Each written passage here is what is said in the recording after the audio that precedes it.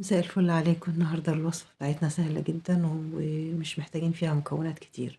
كل اللي هنحتاجه حبة دقيق وزيت وملح وكيس خميرة ومية للعجن. زي ما انتم شايفين كده انا جبت الدقيق دول 600 جرام دقيق.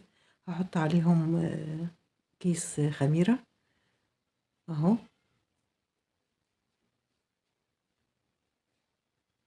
وهقلبهم كويس لحد الخميرة ما تروح كده في الدقيق. طبعا لازم تكونوا متأكدة ان الخميرة بتاعتك طازة وكويسة. وهنا دي كوباية مية هحط فيها معلقة صغيرة من الملح، وهابتدي اضيف على الدقيق واحدة واحدة كده ونعجن. مش هتحط ايدك فيها خالص، كل الشغل فيها بالمعلقة. وهحط 5 معالق زيت. هنا انا بحط زيت زيتون، تقدر تضيفي اي زيت انت حباه. هقلب بقى العجينة، وكل ما تحتاج لمية بديها، لان انا محتاجة عجينة تكون ايه، عجينة سايلة اتقل من عجينة الكيك كده، ايه حاجة بسيطة. طبعا الشغل كله فيها بالمعلقة، ما بتحطيش ايدك فيها، هي عجينتها سهلة جدا جدا. مفيش فيها اي مشاكل خالص خالص. اغطيها واسيبها بقى ترتاح حوالي نص ساعة. طبعا العجن كان بمية دافية، ده نسيت اقول لكم، اهم حاجة المية تكون دافية ومدوبة فيها معلقة صغيرة الملح.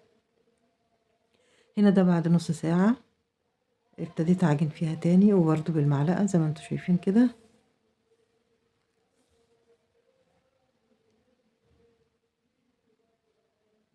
بنقلب تقليب، كله عبارة عن تقليب. بتجيبي بالمعلقة من تحت لفوق، من تحت لفوق، ترفعي بالعجينة من تحت لفوق، عشان بندخل فيها هواء ونخلق فيها العرق، يعني عشان يتكون فيها عرق. فاهمين؟ وبنركنها تاني تلت ساعة. يعني أول مرة 30 دقيقة، تاني مرة 20 دقيقة، تالت مرة حوالي 10 دقايق. لو الوقت زاد شوية مفيش أي مشاكل خالص على فكرة. وبرضه نفس الحركة بنعملها تاني، بتقلبي العجين تجيبي من تحت لفوق، بندخل فيها هوا عشان لما تيجي تقطع العجينة تلاقي فيها فراغات كتير، بيبقى شكلها حلو. وهو ده الفكرة من كده. اه زي ما انتوا شايفين بنجيب العجينة من تحت اطلعها على فوق.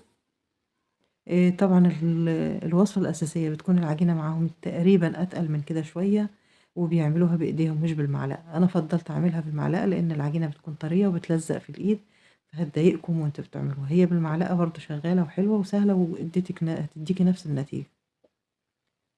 تقدري تعملي كمان وقت التسوية، تعملي العجينة تخينة أو رفيعة، دي برضو حاجة ترجعلك براحتك خالص.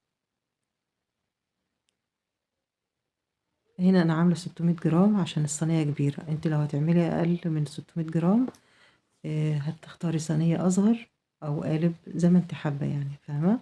دي كده كانت تالت مرة. يعني أول مرة سبتها نص ساعة، التانية 20 دقيقة، تالت مرة 10 دقايق.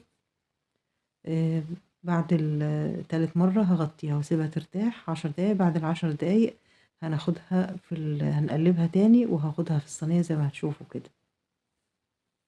اهي الخطوة هي أو الطريقة هي في كل مرة. بنقلب، مجرد بقلب بالمعلقة وبركن المعلقة مع العجين، ما بشيلهاش واركنها بعيد كل شوية. بغطيها بقطعة استرتش أو أي حاجة، بغطيها بفوطة بأي حاجة انت حاباها. وضروري المية تكون دافية عشان الجو ساقعة. لو في الصيف بنعملها بمية عادية ممكن. خلاص. هنا دي كان عدى عليها آخر مرة، عدى 10 دقايق تاني في المرة التالتة. وجبت الصينية اللي أنا هحط فيها العجينة وبمسحها مسحة زيت. هنا أنا شغالة بزيت الزيتون، بيديها طعم حلو جدا. لو ما عندكيش استخدمي أي زيت عادي خلاص. واحنا كده كده هنطعمها في الآخر بقطع زيتون، زيتون مخلي.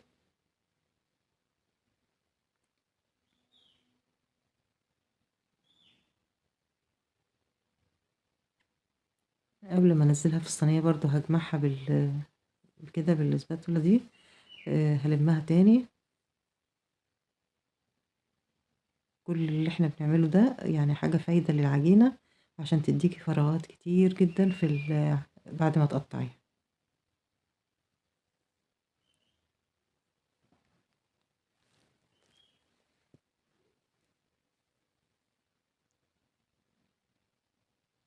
خلاص يعني انا مسحت الصينية وهفضي بقى العجينة. بصوا شكل العجينة عامل ازاي، تحسها كده بقت كتلة واحدة كده، رغم ان هي اصلا عجينة طرية. وهتتفرد دلوقتي في الصينية وهنسيبها تخمر. هنسيبتها شوية وبعدين بوزعها كده.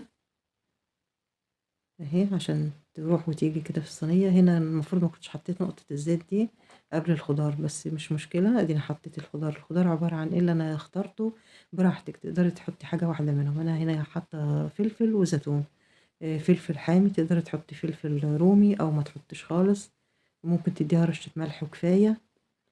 في بعض ناس بيعملوها بيقطعوا التوم، بيجيبوا فصوص التوم الكبيرة يقطعوها شرايح وبتتشوح في معلقة زيت على النار، وبعدين بينزلوا بيها على العجينة بس بعد ما تبرد يعني شوية، وبيوزعوا التوم على العجينة، توم متملح وفيه زيت زيتون، فبيكون طعمه حلو جدا برضو. دي خطوة اختياري. انا حبيت ان احط شرايح الفلفل والزيتون وزيت الزيتون ورشة ملح، بتكون لقمة عيش متطعمة وجميلة جدا جدا، في طعمها حلو قوي. واهتموا ان كنتوا تملحوها شوية عشان بتديها طعم حلو قوي مع شوية زيت الزيتون. يعني هو لو ملح وزيت الزيتون بس بيدوا طعم حلو قوي برضو. خلاص. بص الحركة اللي انا بعملها دي بتغرزي الخضار اللي انت حطيتيه تحت، وفي نفس الوقت بتطلعي فراغات الهواء او فقاقيع الهواء اللي بتكون اتخلقت في العجينة. يعني بعد ما تتخمر هتلاقي فيها ايه، عبارة عن زي بلالين كده، بيبقى شكلها حلو. تمام. يعني دي رشة ملح اللي انا بحطها في الاخر خالص، واغطيها واسيبها ترتاح شوية، وبعد كده دخلتها الفرن استوت على الشبكة، وفي اخر دقيقة ولعت لها الشواية في اخر دقيقة عشان تاخد اللون اللي انتوا حابين توصلوا له. تمام. هي بتاخدش وقت في الفرن على فكرة. زي ما انتوا شايفين منظرها بيكون حلو ازاي، لقمة عيش جميلة طعمها حلو قوي. يعني لو في العشاء او في الفطار مع قطعة جبنة ممتازة، حلوة خالص خالص. بصوا منظرها عامل ازاي، هتشوفوها دلوقتي لما نقطعها من جوه، طعمها شكلها حلو قوي، هتعجبكم والطعم احلى بجد. هنا انا قلبتها اهو على الترابيزة، وهنشوف بقى منظرها عامل ازاي. بصوا ده من تحت، شايفين تسوية حلوة ازاي، مظبوطة جدا جدا. انا سويتها على الشبكة، والفرن تكون سخنة قوي قبل ما تحط العجينة، وبعد كده بنولع لها الشواية في اخر دقيقة تاخد اللون. تخلي بالكم عشان ما تاخدش لون جامد. هنا ما كنتش عارفة اقلبها ازاي عشان سخنة، فقلبتها على الصينية وبعدين رجعتها تاني عشان اوريكم الوش بتاعها. هنقطعها اهو، بقطعها بسكينة مشرشرة على فكرة عشان ما تعجنش منك عشان سخنة. عايزة اقول لكم ان هي كانت فيها شوية قرمشة خفيفة من فوق ومن تحت، بس لما بتبرد بتطرى تاني. لو عايزين تحمصوها ينفع يتحمص. شايفين الفراغات اللي فيها كتير وطرية وجميلة جدا.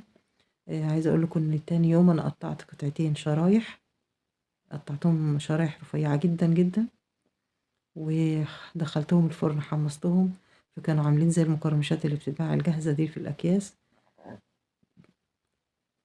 رشيت عليها بعد ما قطعتها شرايح، رشيت عليها ملح وتوم بودرة، ودخلتها الفرن اتحمصت، فكان طعمها حلو جدا. يعني تقدروا تشكلوا فيها زي ما انتوا عايزين، ممكن تخلوا جزء طري، تحمصي جزء للولاد يتسلوا لك فيه، حلو قوي. افضل ما تشتروه طبعا جاهز. بصوا الفراغات اللي فيها جميلة جدا جدا يا جماعة، جربوها مش هتندموا بجد، حلو قوي. كملها بقى تقطيع، ويا رب الوصفة تعجبكم والفيديو يعجبكم، ونشوفكم على خير فيديو جديد. كملوا بقى الفيديو للآخر، وباي باي.